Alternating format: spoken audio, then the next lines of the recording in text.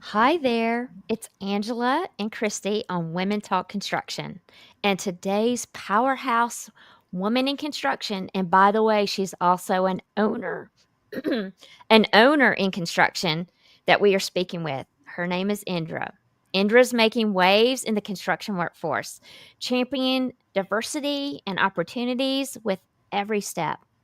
Her story is all about turning challenges into triumphs. And we're so excited to have her on with us. And also, by the way, we recently met her at the Women Construction Owners and Executives Summit in DC. And we are beyond thrilled to have her on today. Welcome, Indra. Thank you, Angela. Thank you so much for having me. I'm really excited to be here with you and with Christy. Share Yay. share a little bit about your company and like what y'all specialize in, just so our client, followers know and hear. Yes, yes. So the name of my company is Gutier. We are a general contractor located in Houston, Texas, but we do work in Austin, San Antonio, and Fort Worth. And we specialize in ground up commercial buildings. And we self perform all of our civil work. So earthwork, concrete, Nice. paving, and the building envelope. And we usually subcontract MEP, so your mechanical, electrical, and plumbing. Cool. Nice. Yes, Yes, yes. yes. So your working construction workforce is so inspiring, and that's we wanted to have you on for that. What's one moment in your career that made you realize that you were destined to shake up this industry? So I knew since day one Mm, that the first day that I entered this industry, I knew that I wanted to be in this industry. But I didn't realize the moment that I was destined to really make an impact until I started to lead my own company. mm. I understood the power and the influence that I could have in order to empower other people and give people opportunities to succeed and really make an impact on the lives of others and the really the big the big scam of things. So that's when I realized that I just had that opportunity and I needed to take advantage of it. Oh yeah, and how long have you been in business now? How many years? 10 years. Wow, 10 years. Awesome. Yes.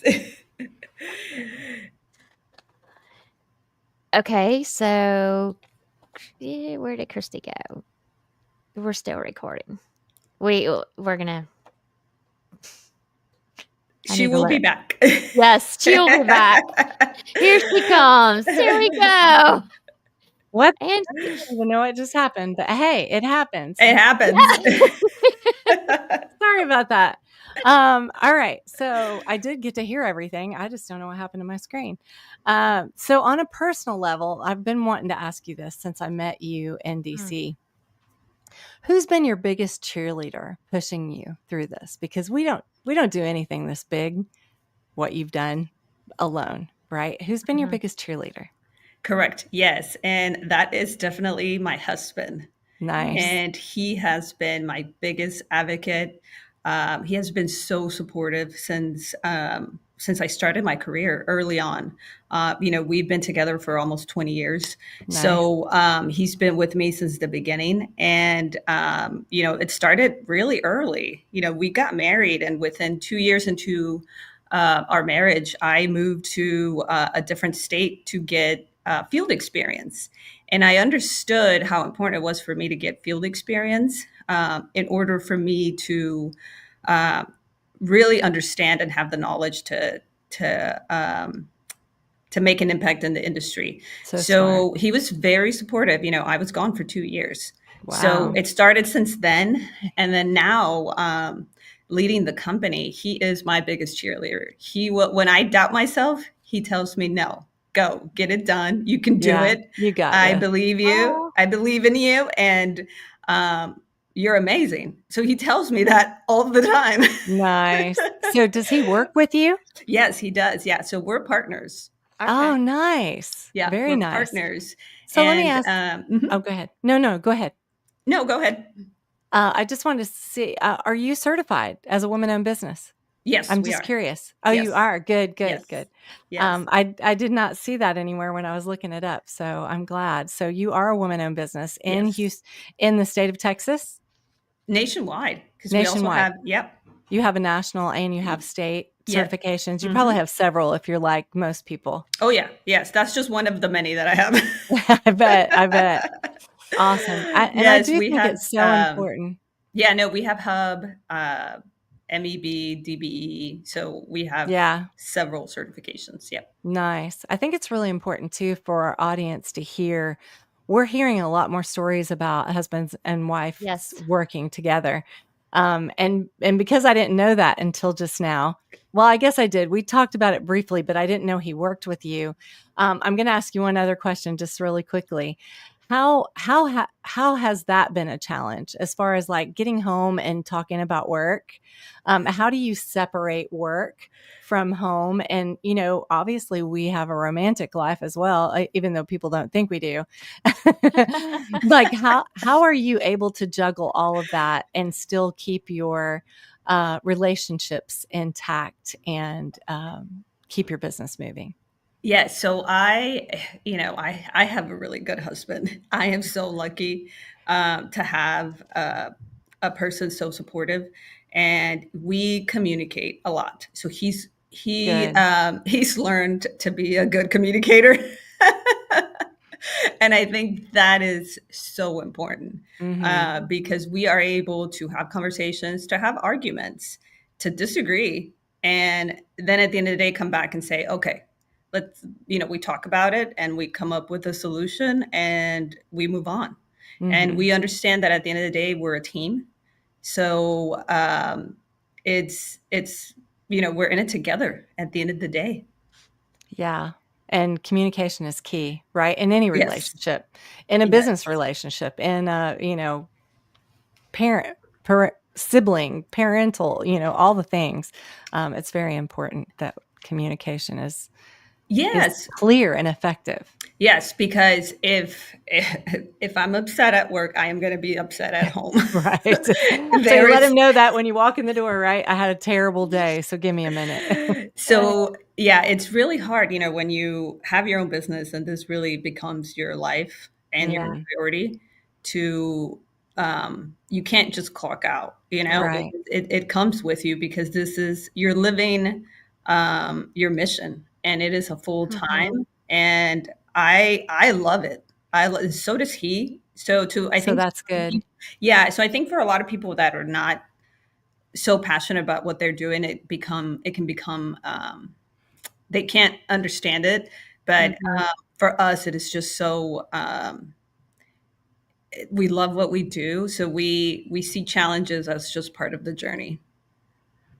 I Yeah. think that's probably what happened with me and my ex. We both didn't I loved it and he didn't, so Mm, we just Mm. solved that interesting. problem from, okay, Yeah. oh, well, let's You've been move wondering on. all these I years, have, right? and you just explained it to me in a little short nugget. Um, so at the beginning, you shared with us that, starting your company helped you to see how you're actually able to make opportunities and create them for other people, your team. Mhm. So share with us how you're all about opening doors, but what's the one unique approach that you've taken to bring a more diverse voices into the construction world? Yes. So I'm very intentional about where I spend my time.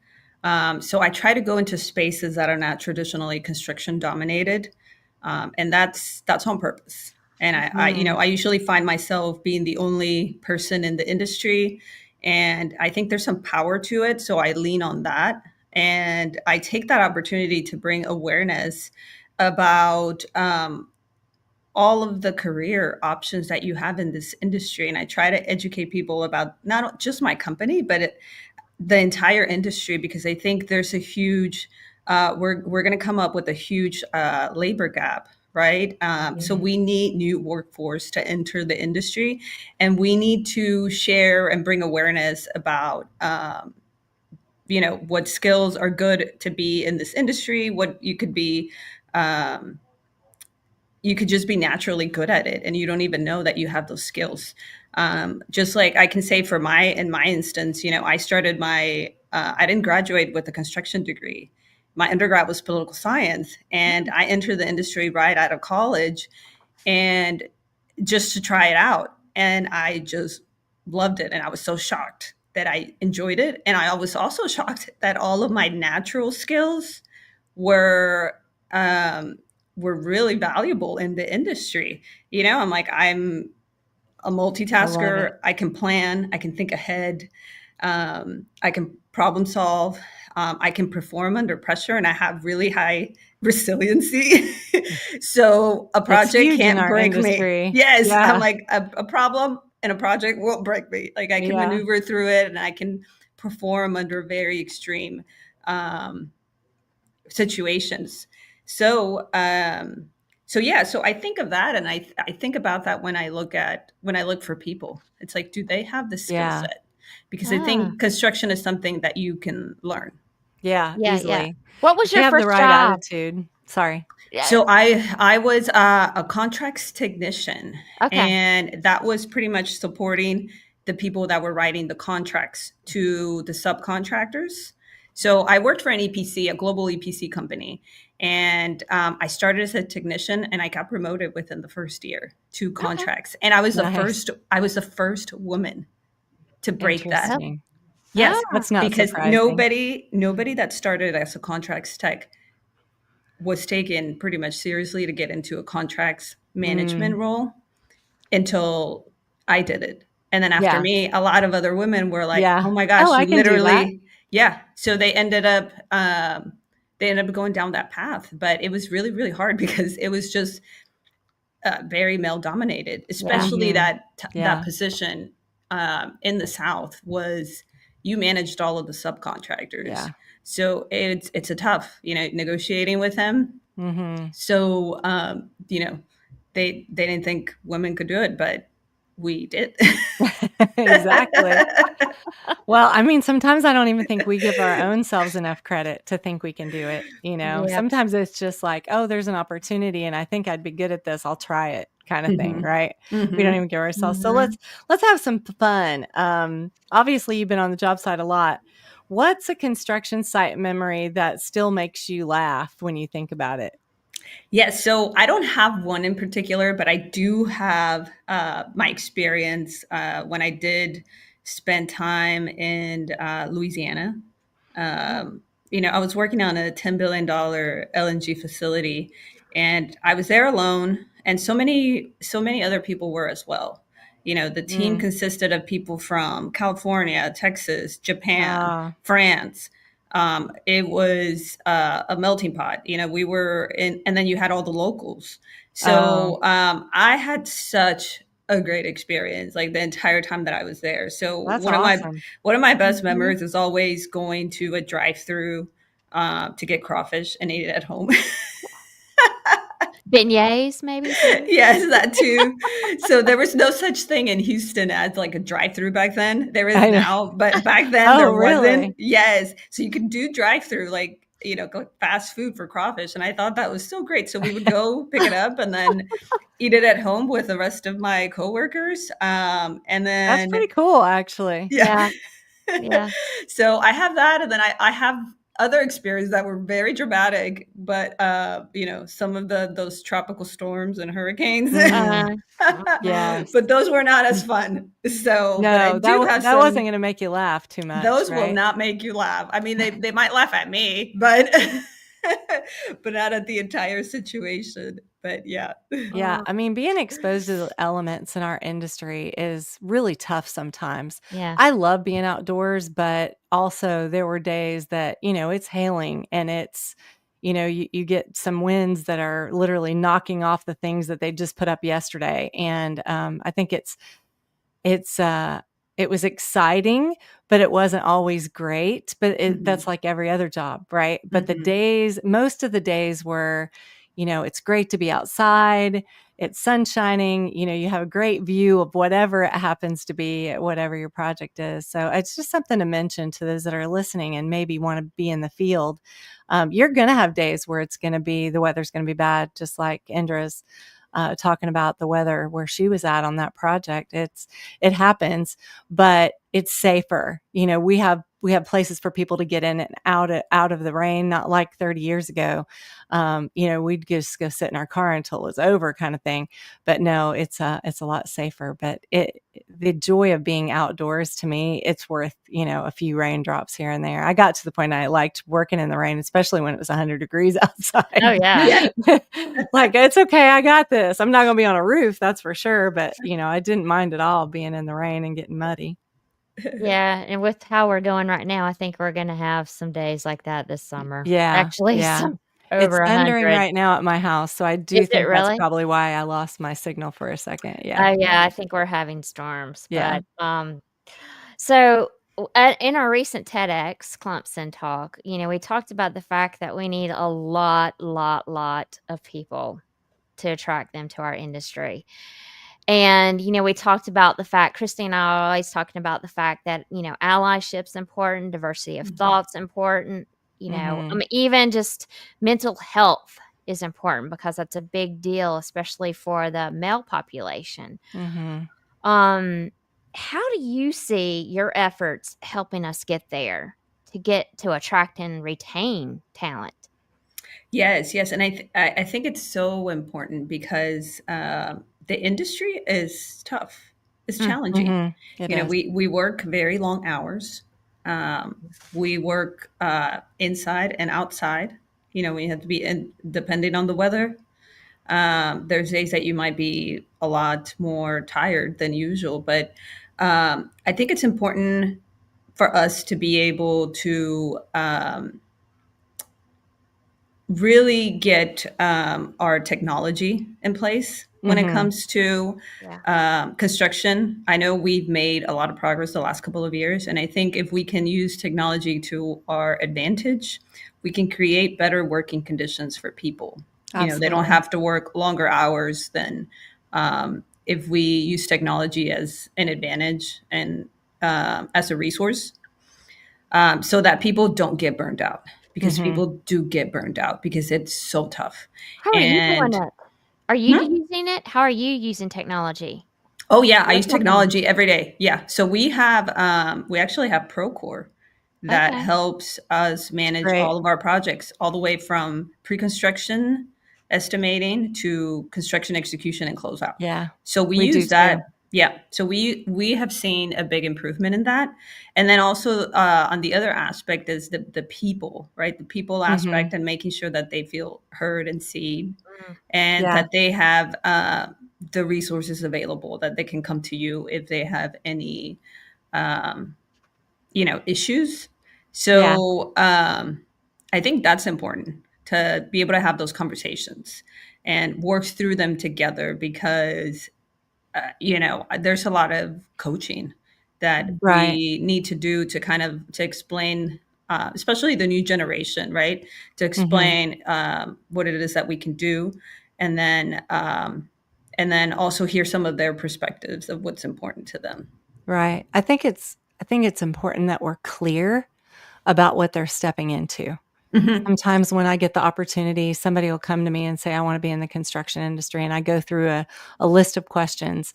And then by the time we're over, if they're still interested, I think that it's important for you to be authentic and say, are you willing to deal with this? Are you willing to be connected to that? Are you willing to be out in the elements some days? Hmm. Hmm. As far as lifting things, did you realize that that's really not a problem anymore? Like, that's one of the things that's in people's heads, right? Is I'm going to have to lift, shingles or wood or whatever. You see all those pictures, and so Hmm. I think us preparing people for, is this really what you want, is the most important thing we can do. yeah. Yeah. Exactly. Yes, exactly. That's what I do. I'm very transparent in our interview process, Hmm. Mhm. exactly for that reason. I Right. said, I You don't am want to not, hire somebody that's no, not a good fit. that it's They not a don't want good to come fit. to work for Yeah, somebody that's not a good fit for them right. either. Right, right, and I also do tell them, it's the industry is not for everybody, Right. and And we it's know that. yes, And it's okay. and it's okay. That's exactly right. I said, and it's okay. Like everybody, you have your own strengths, and you know what you want to do, um, Mhm. and the industry is changing in a positive way, but there's still things that there's still a lot of hard work involved. Mhm. It is. I mean, what we do is, I mean, it's amazing, but it does take a team. It It takes a does. team, and it takes a lot of hard work and dedication, and being passionate about what you're doing and what you're building. And I always tell people here, at least in my company, it's like not only are we building projects, but we are building a company at the same time, Right. And people.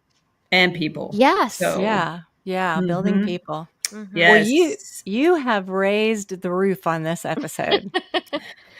Your drive and joy are contagious, and you're a huge part of why Women Talk Construction is pushing to add 1 million more people to the workforce, and hopefully half of those are women.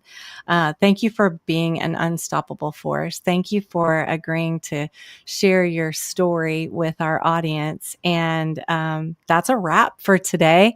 How do we get a hold of you? How does our audience get a hold of you if they want to? We have a lot of owners and executives that listen to our podcast. So if they want to do business with you, how do they get a hold of you?